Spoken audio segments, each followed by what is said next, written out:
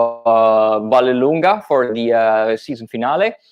Of course, Jamie Chadwick has been racing in the series this year. The first W Series champion has been racing with the Prema team, which is the one of the very top elite teams, junior teams in around Europe.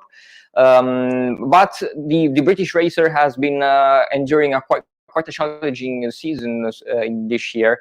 It has been what she explained like a character building season, of course. After a podium finish in the opening race in Misano, and then a top 5 finish in at the Red Bull Ring in Austria, Jamie has struggled a little bit for pace throughout the season. But she towards the end, she also showed improvements, and she said that she has learned a lot this year. So this is very good for the coming season, of course. In Vallelunga, she, as all the previous rounds, she had tested before the race event, and testing went pretty well in Vallelunga. Vallelunga is a shorter track compared to other circuits like Imola, Monza, or Mugello. But it's a very technical and very twisty track. I think it suited very well Jamie's driving style, because she is very smooth and clean, and while some others were a little bit too aggressive. So she was very fast in testing, and also she had her best Friday of the season. With a P3 in the first practice session, and a 6th place in the second practice session. So definitely a very encouraging Friday for the opening day of the weekend for Jamie. When I spoke to her after the free practice sessions, she was of course happy about her results, but she was also a little bit worried about the weather forecast for the coming days, because it was forecasted huge rains for all the rest of the weekend. And she said that in dry conditions, her pace was very good, and she was actually very looking forward to it. But on the rain, she also struggled a bit more in Mugello, in Monza, and in Imola in the previous rounds of the Formula Regional European Championship this year. And of course, with the championship starting quite late into the year, it has been one of the constant features to find the wet and cold conditions, especially here in the northern part of Italy. Rain and cold conditions were pretty much the norm into the second half of the season. And of course, with a championship finishing in mid-December, it was always going to be the case. But coming to Saturday, in the second day of the weekend, they didn't find the rain. Luckily, there was some not some sun, but there was still some dry conditions in Vallelunga. The track was still very cold and damp, but it wasn't raining. And Jamie had her best qualifying of the year with a P4, and she was very happy about it, of course, in Q1. And in Q2, she was P7, which of course it was okay. It was a little bit further down the grid, but still pretty much okay. And into the first race, the race 1 in Saturday afternoon, she started P4. There was no rain, but it was quite mixed conditions. It was challenging. It was very tricky for all the drivers on track. And we actually have to say that the championship fight was very much on with Arthur Leclerc, the brother of the famous Charles Leclerc, the Ferrari Formula 1 driver, was fighting with Gianluca Petekov. Leclerc has been the runner-up last year in the German Formula 4 Championship, while Petekov was runner-up in the Italian Formula 4 Championship. So 2 championships that we have described as the top level Formula 4 series in Europe, they were battling out for the title this year in their rookie campaigns in Formula 3 Regional. They were separated by only 2 points, and this is relevant because Leclerc had an engine blown in qualifying. which put him at the very end of the grid for all 3 races. This was a huge news for the championship fight, but it was also it turned out to be quite important for Jamie as well, because Leclerc had an amazing start off the line. He recovered a lot of positions, and straight into the first lap, he was already into the front runner groups. And Jamie, first starting from P4, she dropped to P5, but still was very close to the top 5. She was there. She was fighting, and at turn 8, still on the first lap, Leclerc came a little bit too hot into the corner, and it was a little bit too wide, and he hit Jamie, and they spun out, both of them. So they went back into the order, and it was pretty much the race compromise for Jamie. Unfortunately, she came home in P8, so still was a decent finish for Jamie. Not quite what she would have expected after such a good qualifying for her. But still, that was very a huge championship moment for Leclerc as well. Has Petekov, he was P5. Oliver Rasmussen, the other Prema driver, won the race. The Danish driver actually he had quite a lot of technical issues throughout the season. He won a lot of races towards the end, but still he was mathematically still in contention after the first victory in Vallelunga, but his title hopes were crushed when the second race in Vallelunga was cancelled because of the huge rain that had fallen overnight from Saturday to Sunday, and then into the Sunday morning. So the 2 races, both the Formula Regional European Championship and the Italian Formula 4 Championship, second races into the Sunday morning, they were cancelled for the huge downpours at Vallelunga. But we actually have a small audio clip from Jamie speaking about Friday, a very positive Friday, and the first race on Saturday. Yeah, surprisingly quite positive. Yeah, we tested here last week, and in the dry, our pace seems to be really good. So yeah, with the dry and track in session 1 and the full dry track in session 2, the pace was good. But I think in the wet this weekend it's going to be a bit different. So yeah, we'll take what we can from today, but I think the weekend will be a bit of a different battle.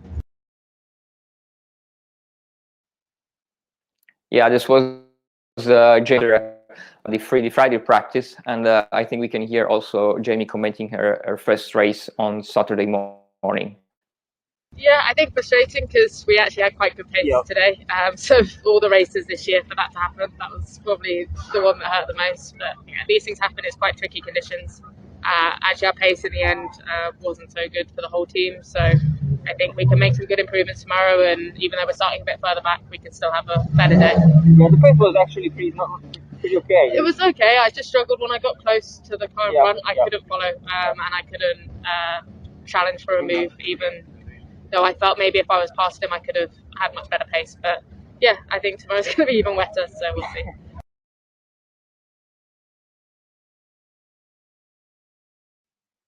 You heard Jamie mentioning that when she came closer to Gillian Henrion towards the end of race 1, she couldn't follow and she couldn't overtake him. She was actually pretty good on pace, as I said in her interview. Not a bad weekend at all for Jamie. She desperately needed a very good result after such a challenging season. And I think she had at Vallelunga. Results, of course, didn't show as she wanted, but still, it was a pretty competitive race from her. As we mentioned, the second race in the Sunday morning was cancelled for the rain. And the Formula Regional so went on track for the very final race of their season on Sunday afternoon. Still, the rain was not over completely, but conditions were a little bit better, and cars could go on track on the grid, of course on wet tires. And Jamie started from P7. She had quite another pretty okay race. She finished in 6th place. Actually, she had a great start. She was 5th for most of the race. So a top 5, I think it could have been absolutely possible for her. She fought with Patrick Pasma, the Finnish racer from KIC Motorsport, throughout the whole race. Pasma unfortunately passed Jamie on the very final lap of the race. She showed a very good defensive driving throughout, but yeah, Pasma did overtake Jamie in the very final lap of the race 3. And Jamie Chadwick came home in 6th, rounding out her first season in the Formula Regional European Championship. She was 9th in the point standings, just 1 point adrift Yuri Vips, the Estonian driver that will, and Red Bull backed driver that will participate in the Formula One young driver test with Red Bull. So they were only separated by 1 point at the end of the Formula Regional European Championship. Jamie thus gained 1 point in super license, because the Formula Regional has quite a lot of points on the table for young drivers.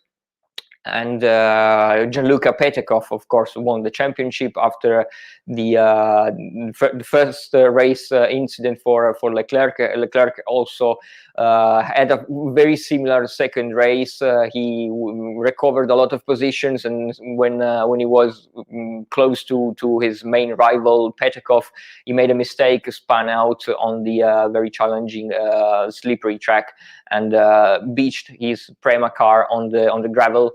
So Petekov won the championship. Leclerc was 2nd, and Rasmussen was 3rd.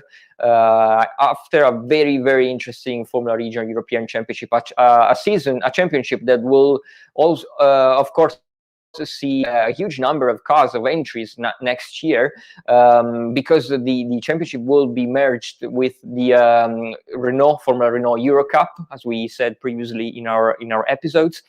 The drivers went on track at Le Castellet 2 days ago for a 2-day test at the French venue, and we saw Lina Buller, the young driver the Swiss driver that made her debut this year in the Spanish Formula 4 Championship and did pretty well.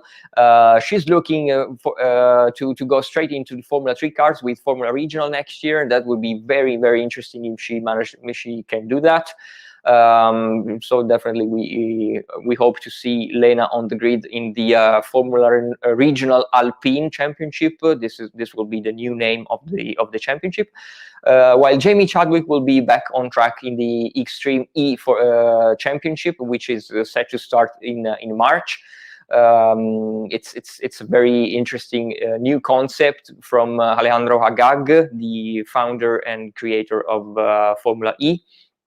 It's going to be a rallycross style championship with electric SUVs, raising awareness for environmental issues. So a very interesting new race series.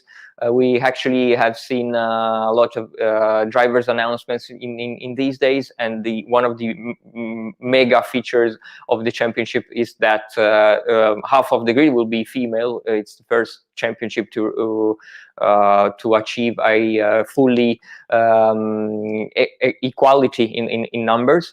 So one male driver and one female driver switching mid-race. That's going to be a very interesting format. And so we hope the best for Jamie, and maybe she will be back also in W Series next year. Definitely, it's going to be really interesting to see Jamie Chadwick in Extreme E, going from tarmac racing to off-road. And with that new series, the Extreme E, it is looking very promising. In fact, I know, definitely, as you mentioned, the drivers, how they're going to be half female, half male as well, too. We could take a quick glance at the Extreme E driver lineup right now with Apt Racing right there. And then, of course, we got Layla Sainz, Carlos Sainz as well, Katie Manning's in there, Sarah Price. A bunch of teams haven't made their announcements yet, but we did hear Molly Taylor is joining Rosberg Extreme Racing for 2021. And then, of course, there's Jamie Chadwick there. Still a couple drivers team combinations we haven't heard any announcements of yet, but we're definitely going to be following it throughout the season and in future episodes of Grid Girls, the women racing to win. Now, one of the big things, of course, besides Jamie Chadwick, we did also have Hamda Al Qubaisi racing in Italian Formula 4 there as well. Can you tell us some of her weekend that occurred there, including some of the issues with weather as well?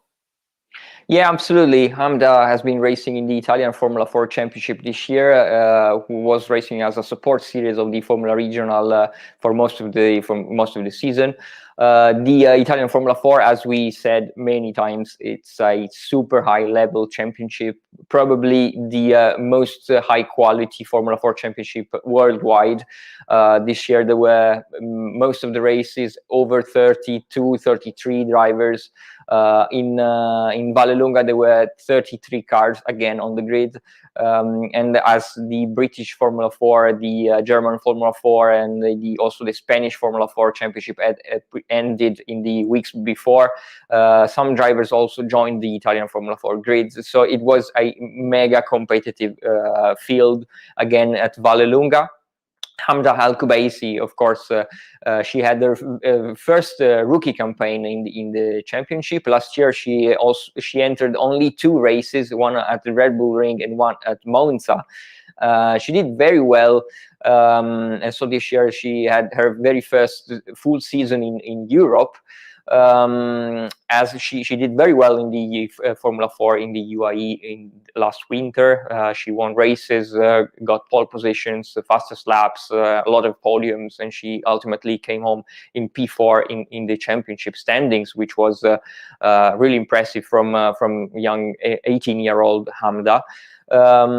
This year has been a very promising season for Hamda as well. She had 2 top 10 finishes, which, as we said, in such a huge and competitive grid, is a big deal. It's really a big deal.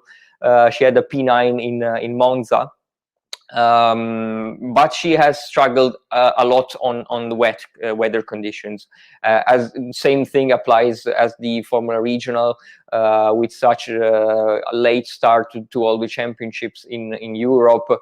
We have seen some of the championships going towards the November and December, towards the final months of the season. Very, very cold here, and despite the late start, those 2 championships were among the very few junior series that didn't have their calendars too much hampered from the coronavirus situation.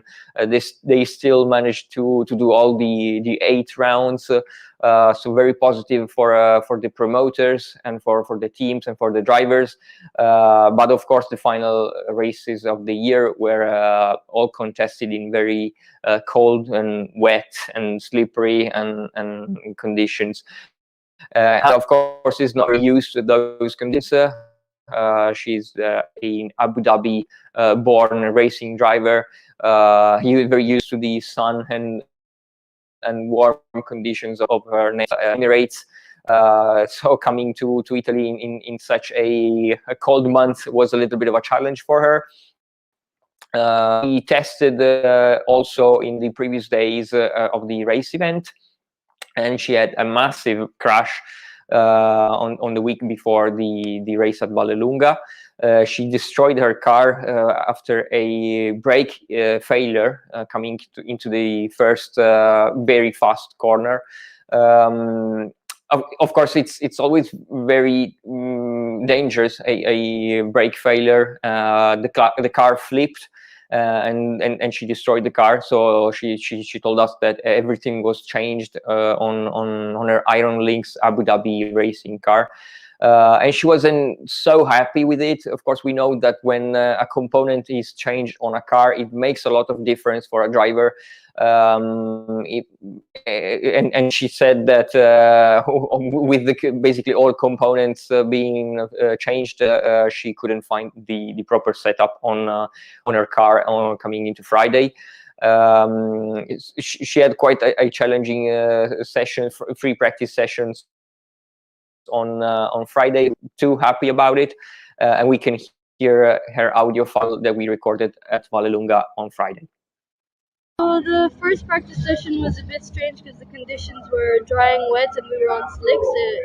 So it took me a bit of time to adapt to the track, but towards the end I was improving lap by lap. And I did my best lap at the end. So I think it was a good improvement, but not the result I really wanted. And also free practice 2, it was completely dry, and I've been having trouble with the car.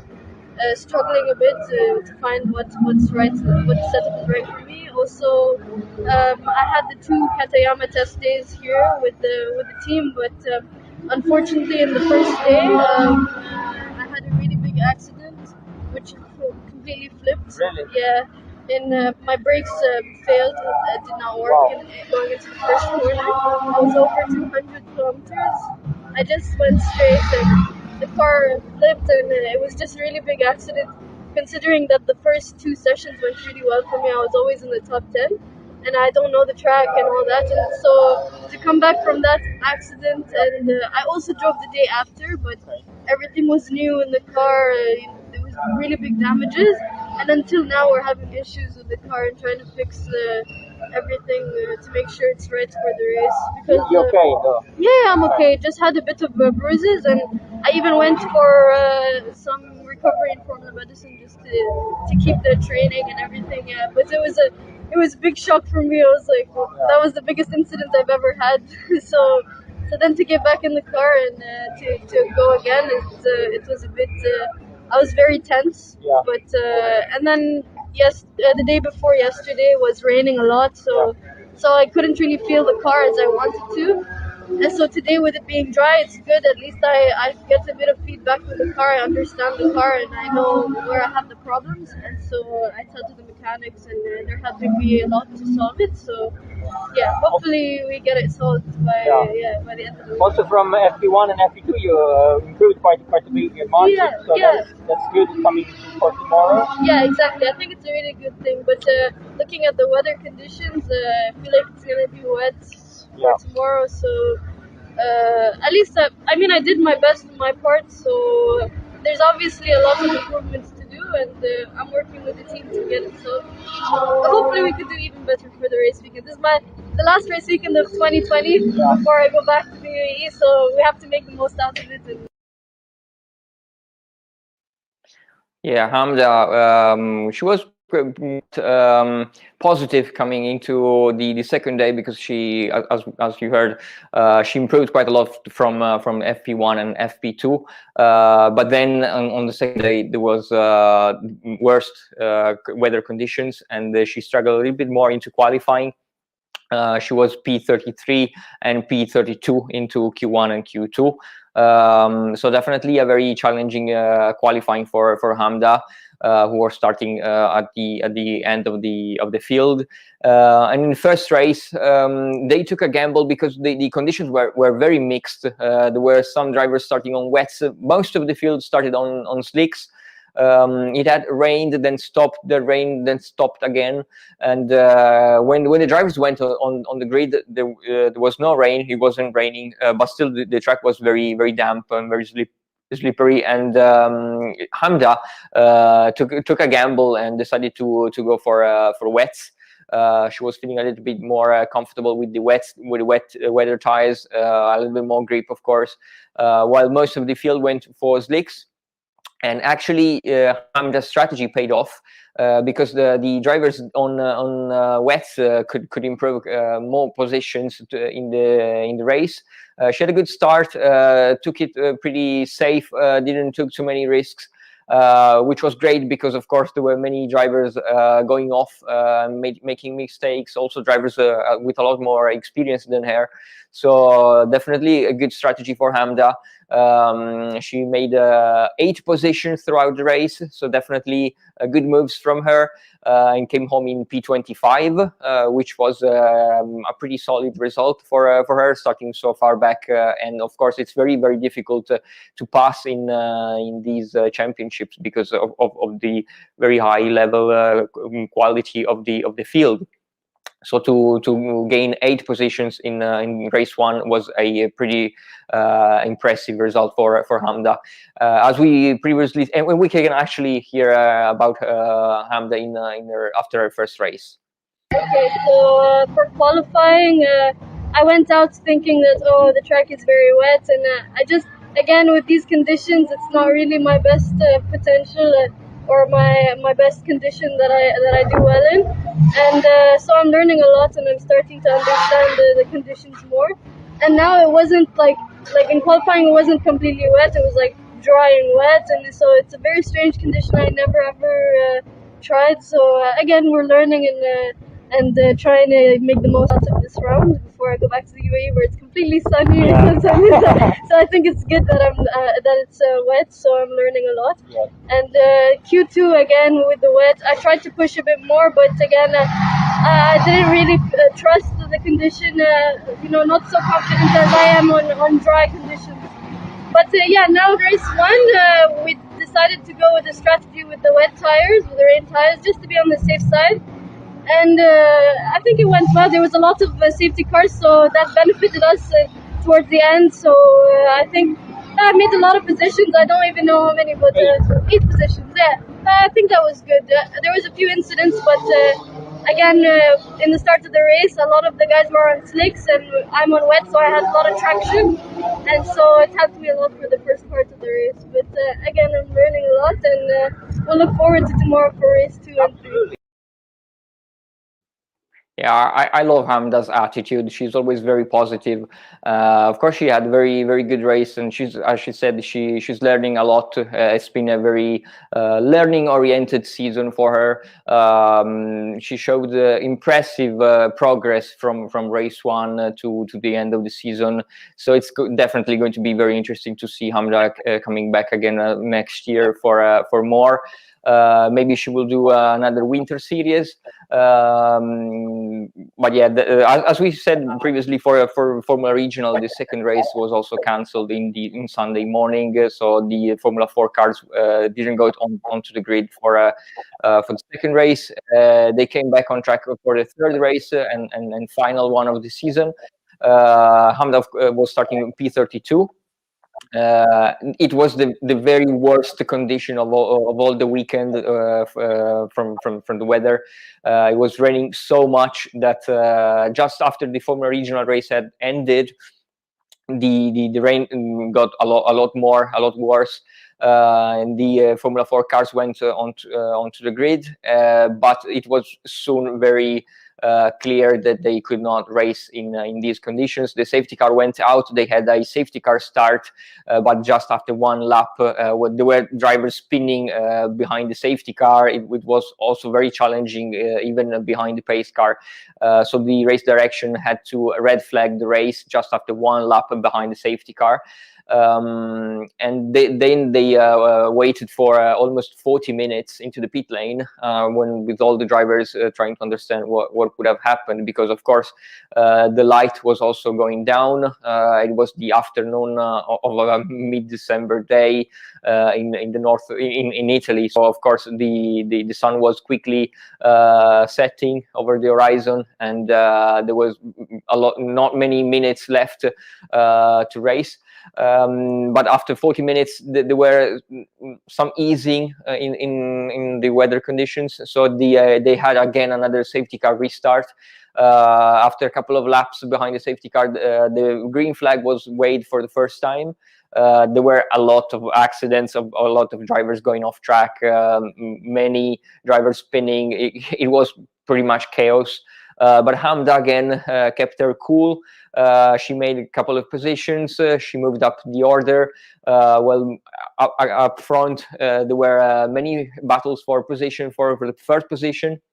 Johnny Edgar, a driver again from the Red Bull Junior team, went on top of the classifying. And then Gabriele Mini, who is an Italian driver who won the championship at the previous round, had a couple of skirmishes with Kirill Zmal, a very interesting Russian driver. Both were racing for Prema. They made contact, and after a series of safety cars and restarts, due to the several accidents and drivers going off track, Mini and Zmal made contact, and Zmal ended up into the gravel.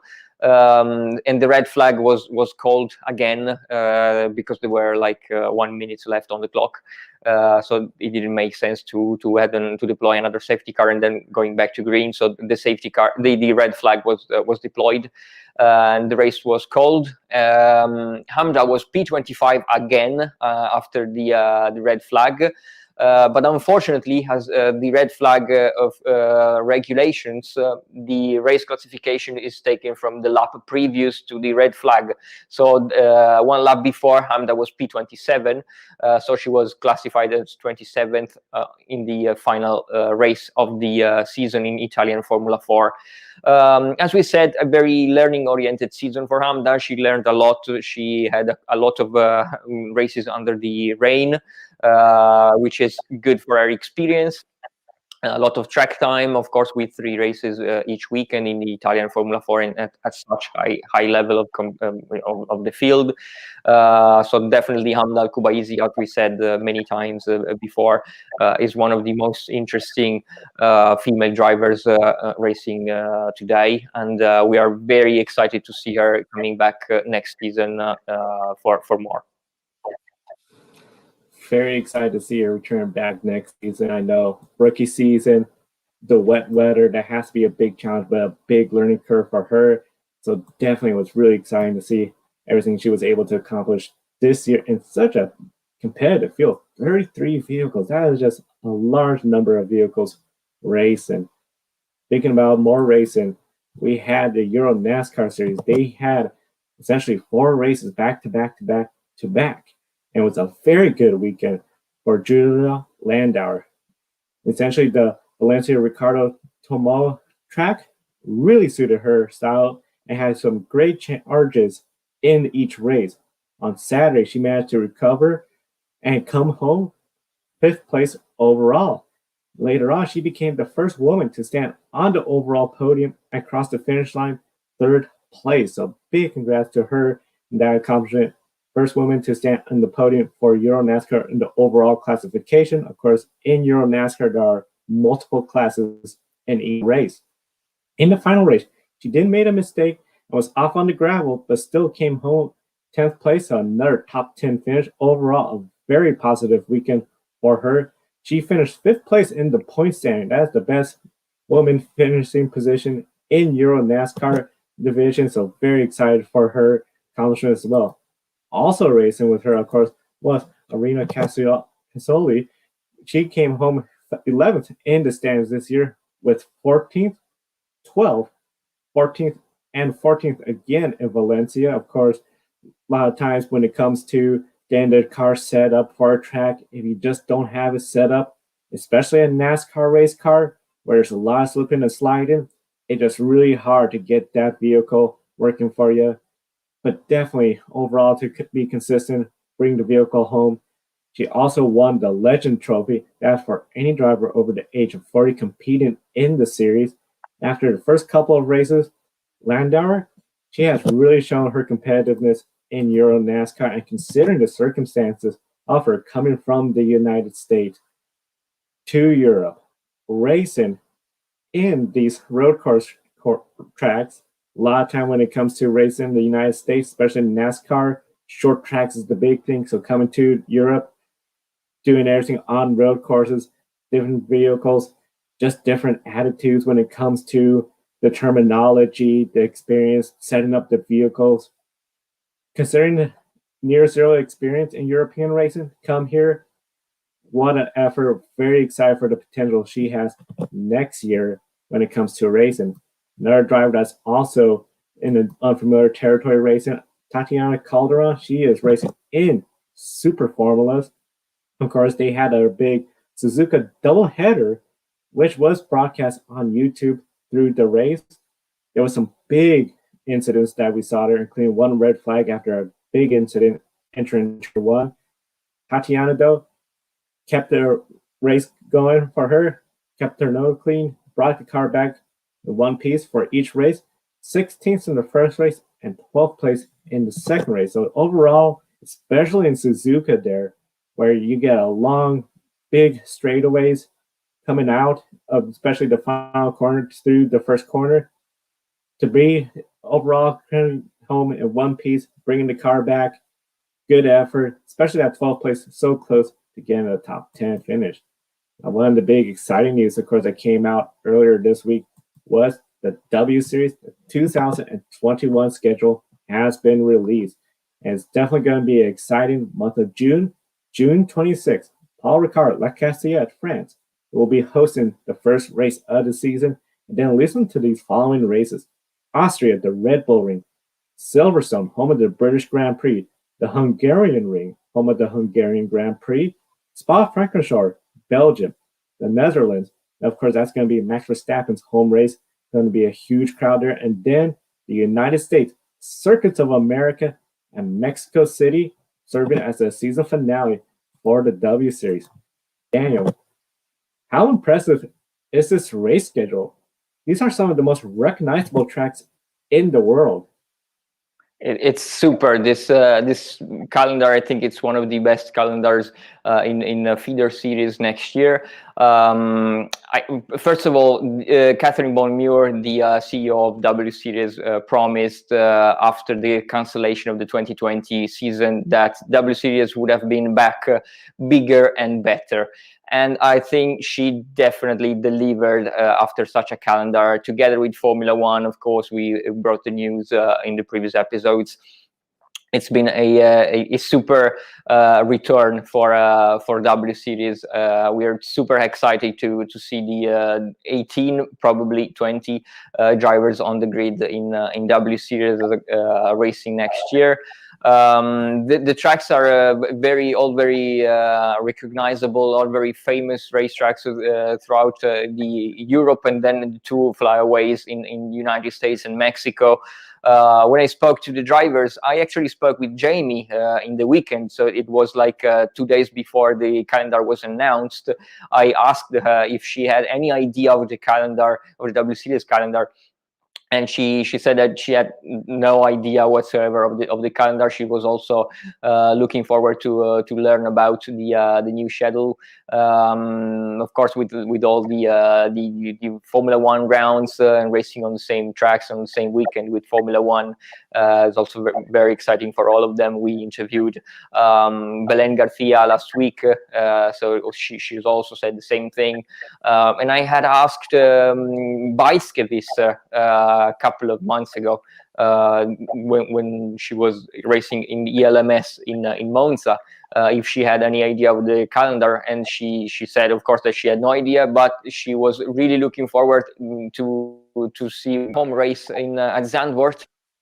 You definitely said that it was the Max Verstappen's home round, and it's also going to be Bicekevisser's home round. So she also showed a video in the couple of days before the announcement, so she knew a couple of days before the announcement of the W Series calendar, and she had a video shot in Zandvoort, making the return of Formula One and of course W Series there.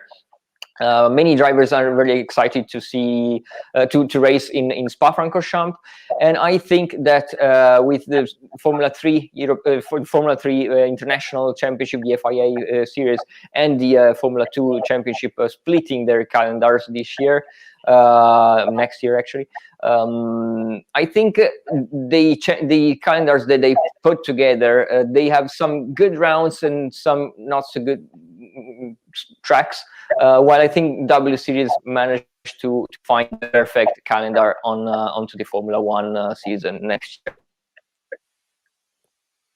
It is a very, very good calendar next year. All those tracks are so recognizable, good crowds, especially once Formula One comes into town. That just brings everyone in town to watch the races. The W Series there, it's going to be really exciting, especially for Visser. Home race there. That's just going to really get it to where the fans will go crazy if she wins her race and Verstappen wins his race there. That's going to be just off the scale excitement over there.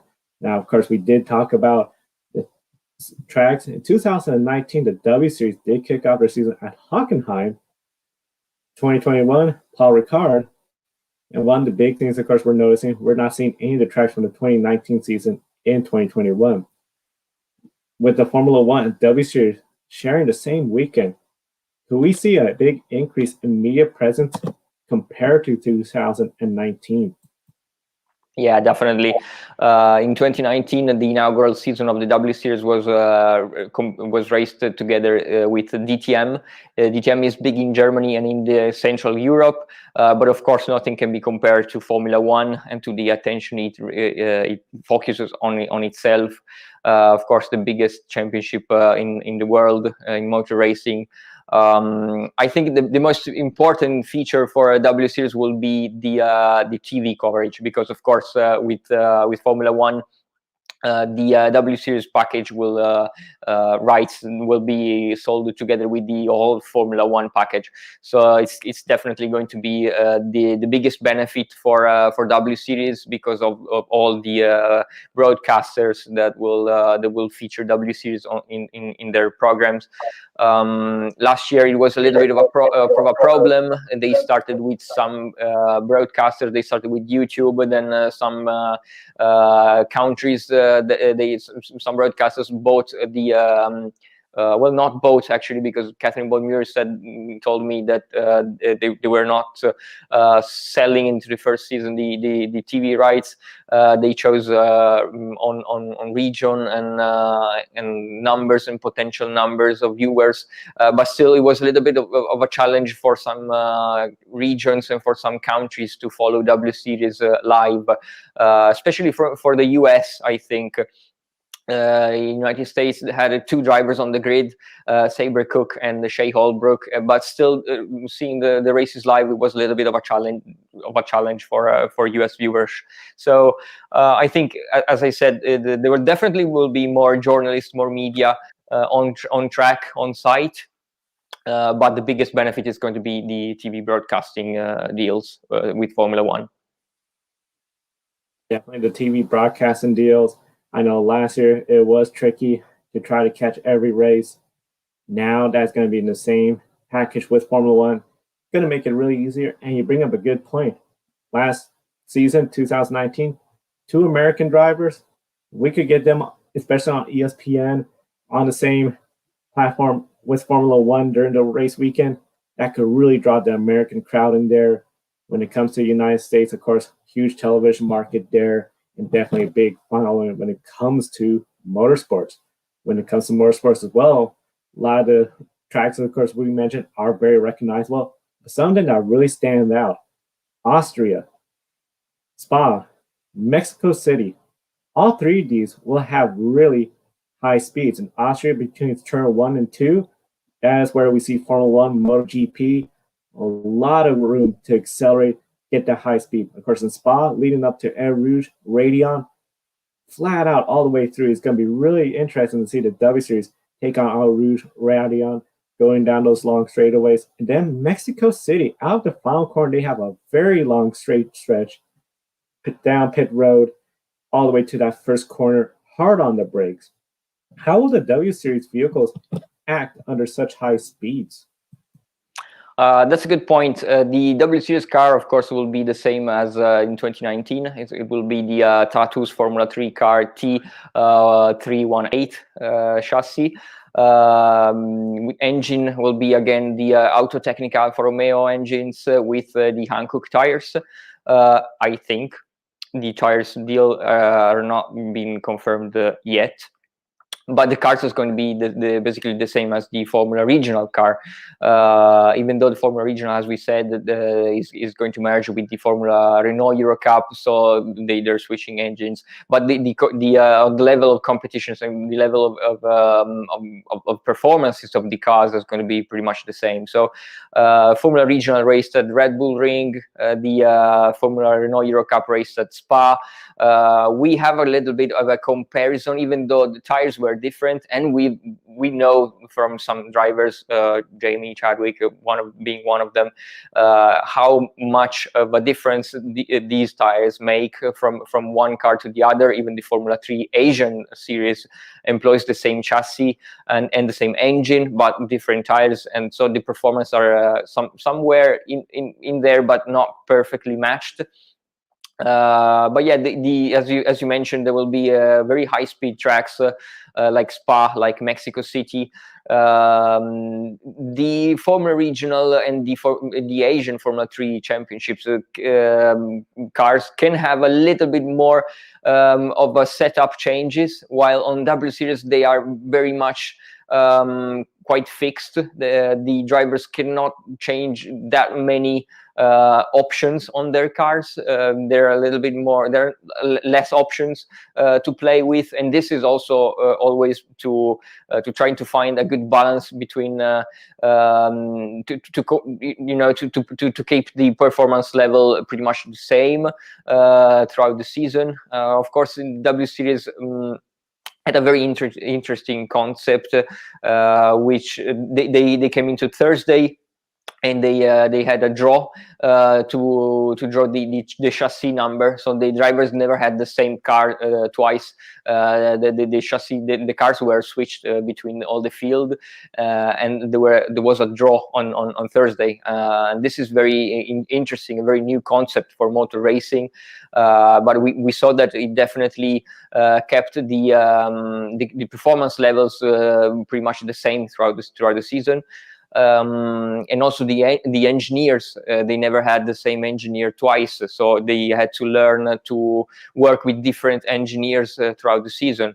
So there are less options compared to some other championships. For instance, the FIA Formula 3 Championship, they will some of the races they will be racing together alongside the W Series. So performance, if we speak about lap times, we cannot compare them fully because of all these stuff that I mentioned. But still, they are Formula 3 cars, so they are in the same performance range. One is the Dallara chassis, the other is the Tatus chassis, but still they are Formula 3 cars. Not comparable on lap times because of all this stuff, but yeah, it's going to be interesting to see these cars going from for instance a track like Mexico City and Spa-Francorchamps, or another slower track like Hungaroring. Yeah, it's going to be super interesting to watch, especially as you mentioned, a lot of specs. It's almost like a spec series where the drivers can't make that much changes. You don't have a gap between the bigger teams, the smaller teams. The fact that they're doing different chassis, different engineers, this really is going to make it where the driver has to prove what they can do out on the track. And what's really going to be interesting, something I'll be watching for, especially in Mexico City, Spa, Belgium, drafting, the slipstream, that's going to be huge. It'll be really interesting to see. Of course, we know in the United States, a lot of times NASCAR drivers have mastered that art of using the draft to gain positions. We saw it very critical when it was in Formula 1 in Bahrain at the short, almost oval circuit. These Formula 3 cars, that first lap, I think we're going to see a lot of passes. It's going to be really interesting.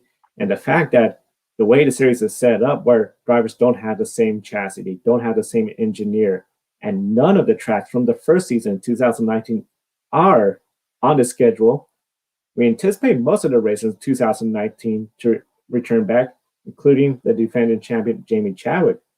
Does this new schedule eliminate any advantage the return drivers would have over any of the rookies entering W Series in 2021? Yeah, that's a great point that you make here. None of the races, as you said, will be back for 2021 compared to 2019, to the inaugural season. So definitely they all start anew.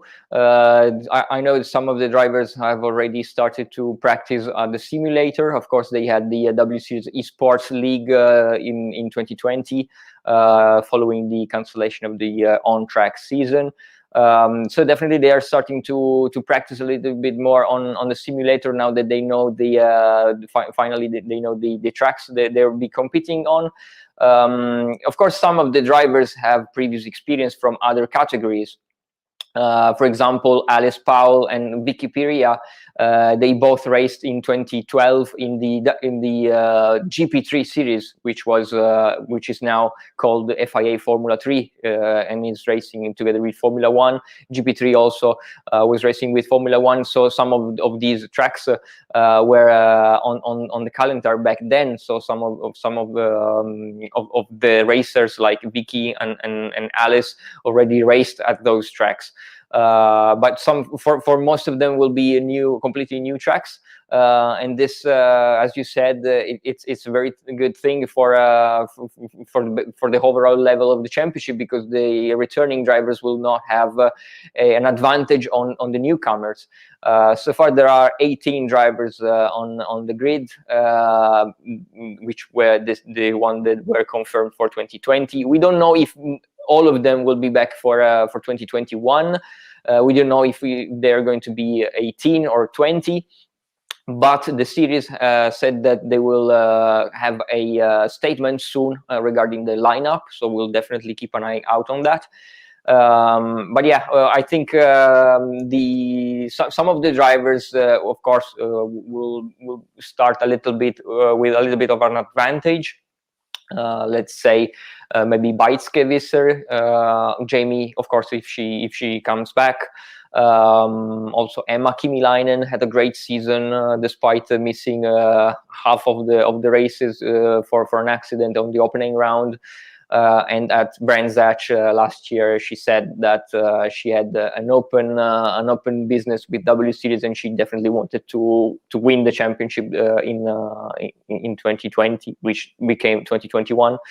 Alice Powell, as I said, why not Vicky Piria, but also all the newcomers. It's basically impossible to make any predictions now. It is almost impossible to make any predictions. This schedule is just so phenomenal, and to think that we're going to see all these women racing at these tracks, I think is really going to be allowing the opportunity to really show, especially when we come to Spa, Belgium, Mexico City, Austria, where you have these long straightaways, high speeds. If they could really put on a really good performance, they could really make a statement that, hey, I'm ready for Formula 2. I'm ready to be considered for Formula 1. And I think that's just super exciting that they're going to have this platform to really show their stuff. Now, of course, United States, one of the largest television markets, as I mentioned. Austin, Texas, of course, it has been hosting Formula 1. First time it's hosting the W Series. It is a big city, capital of Texas. A lot of people are traveling in and out, and a lot of events. And of course, Circuits of America, not far from it. So it makes it really great for fans to get to Austin, enjoy the races, enjoy all the amenities of the city. Mexico City is the following weekend. Of course, the track right there in the capital of Mexico, big metropolitan city. Does this elevate essentially European racing series as a viable option for women? Of course, in the United States, many women who are thinking about racing may look into the United States oval, stock car, short tracks. But would this really promote European racing as a more viable option for them?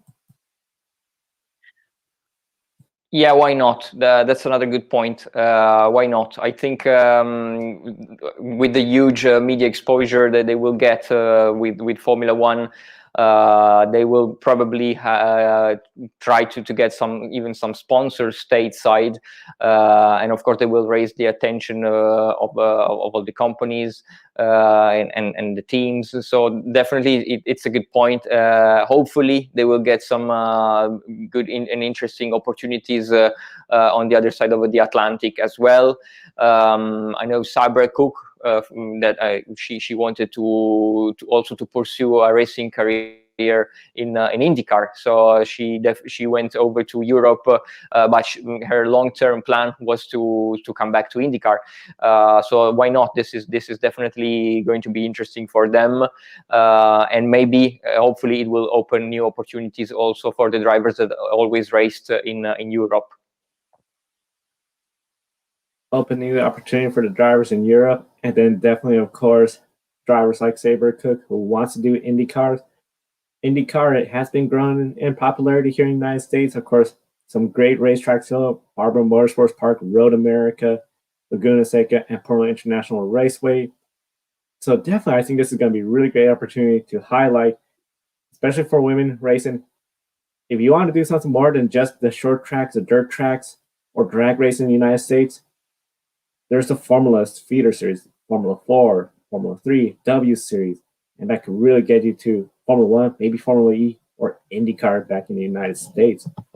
Definitely will be following the W Series all season long in 2021, right here on Grid Girls, as well as real life pre-race and post-race during the race weekends for the W Series. That's going to do for our program today of Grid Girls. We thank you all for watching. Be sure to visit Racers, the girls behind the helmet, for full coverage of all the women racing around the world.